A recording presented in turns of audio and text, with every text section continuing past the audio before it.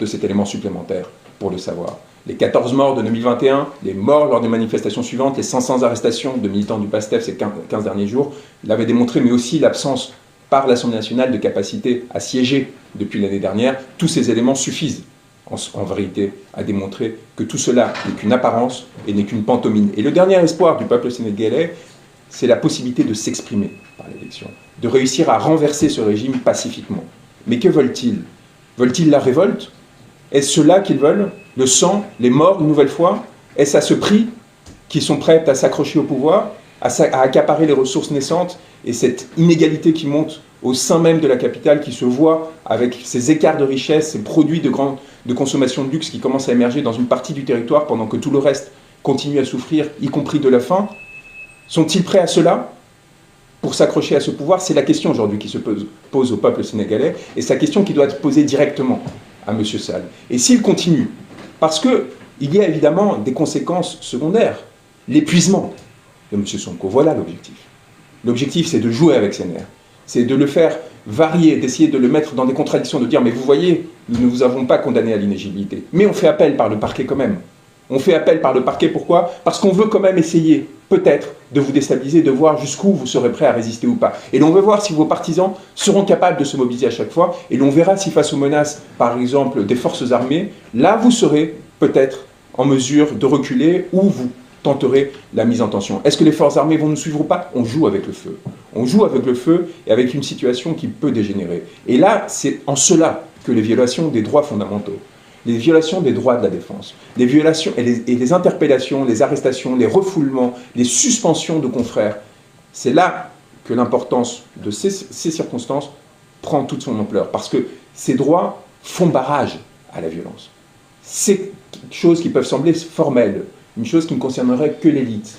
Ce sont des éléments fondamentaux pour protéger derrière les populations qui sinon devront se saisir de leur propre destin, devront se mettre en première ligne pour défendre leur souveraineté et en payeront chèrement le prix. Et M. Sonko est extraordinairement raisonnable, essaye de calmer les choses, où il essaye de gagner du temps et du terrain pour pouvoir se présenter aux élections présidentielles en 2024 et gagner légitimement le pouvoir et surtout sortir de là où ils sont ceux qui sont aujourd'hui au pouvoir. M. Sonko fait partie d'une coalition qui compose de nombreuses forces politiques, il n'est pas seul, et ce n'est pas en l'affaiblissant, lui, qu'ils réussiront à détruire l'opposition. Il faut qu'ils aient conscience de cela. Il a parfaitement conscience à la fois de sa force et des vulnérabilités que sa position actuelle le présente face au pouvoir. Et l'enjeu aujourd'hui, c'est aussi de relâcher la pression pour une raison très simple. Messieurs, mesdames, M. Sonko est très probablement votre prochain président.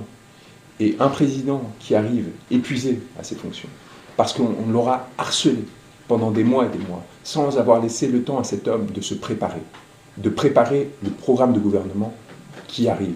M. Sonko, depuis des années, le fait. Depuis des années, publie des ouvrages, travaille sur l'éducation, avec son ouvrage Solutions, ainsi de suite, s'assure justement que ce travail est fait. Mais on essaye de le faire oublier, de lui faire oublier le peuple sénégalais. Et on essaye de le présenter comme quelqu'un qui serait obsédé par son propre destin. C'est ça l'objectif.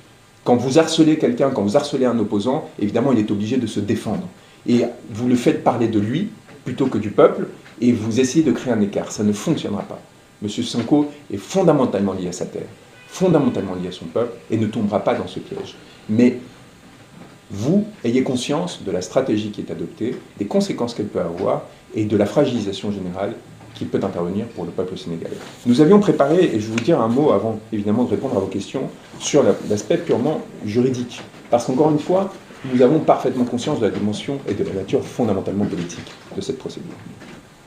Nous avions préparé des conclusions de nullité et de relax que l'on va vous partager. Et on va vous les partager pour une raison très simple. On veut vous démontrer que nous sommes venus en avocat faire du droit. Car le respect prime dans mon rapport au Sénégal, y compris aux autorités sénégalaises, malgré leur attitude. Jusqu'au dernier moment, mon intention était de croire dans leur simulacre, de croire dans la comédie qu'ils essayaient de mettre en œuvre et de jouer le jeu, et de leur démontrer qu'avec leurs armes, celles du code pénal,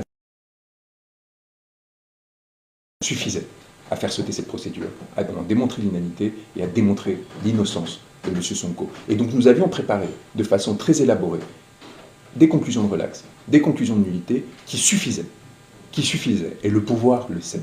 à faire sauter cette procédure et à permettre à M. Sonko de se présenter en février 2023, 2024. Pardon. Et c'est pour cela également que nous avons été exclus du Sénégal et que cette intervention violente est venue m'empêcher de me présenter avec mes confrères avec lesquels nous avions préparé un plan de défense très élaboré, avec des confrères étrangers de plusieurs pays africains qui étaient venus également en appui à M. Sonko pour déconstruire ce discours. Et l'évacuation de mes confrères et mon expulsion n'avait qu'un objectif, éviter que l'on tourne en ridicule cette procédure qui n'avait qu'une fonction, tenter d'écraser, d'éliminer M. Sonko.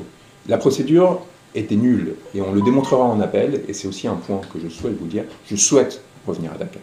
Et je n'attends qu'une chose, c'est que ces autorités se rendent compte que ce communiqué de presse du ministère de l'Intérieur était ridicule, que ce communiqué du ministère de l'Intérieur prétendant justifier l'expulsion d'un avocat venu défendre un Sénégalais aux côtés de confrères n'avait aucun sens et ne faisait que confirmer ce que nous avions annoncé, c'est-à-dire l'émergence et la naissance d'une tyrannie sur le territoire sénégalais. Et il faut mesurer la puissance de ces mots et leur importance. La tyrannie, cela veut dire l'arbitraire, cela veut dire la terreur partout, à tout moment, de façon incalculable pour n'importe quel citoyen.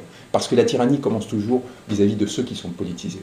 Mais elle s'étend progressivement au reste de la population. Car en faisant régner l'arbitraire, c'est-à-dire que vous donnez un pouvoir aux magistrats, aux policiers, de faire ce qu'ils veulent. Vous leur donnez l'autonomie de réprimer, et évidemment, qu'arrive très vite, l'autonomisation de leur action. Et peu à peu, leur décision de faire du mal pour servir aussi leurs intérêts personnels.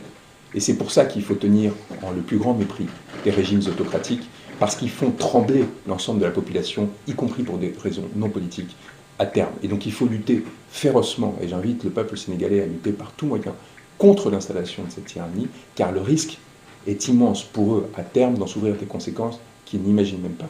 La préservation de l'îlot démocratique qui a été le Sénégal pendant des décennies est essentielle pour le Sénégal et pour le reste de la sous-région, à un moment où justement nous arrivons à une bascule des peuples, à une bascule de l'Afrique de l'Ouest dans une nouvelle phase, la phase finale de la décolonisation, après la décolonisation formelle, la décolonisation des esprits, la décolonisation économique, et il faut absolument que cette décolonisation ne se fasse pas au profit de potentats, au profit de petites élites corrompues, mais au profit du peuple qui doit se saisir de son destin, profiter de l'augmentation des moyens qui va lui être attribués pour investir dans l'éducation, dans les services publics, comme le propose M. Sonko, afin de s'assurer que vous puissiez devenir une grande puissance qui sera regardée avec respect dans le monde entier.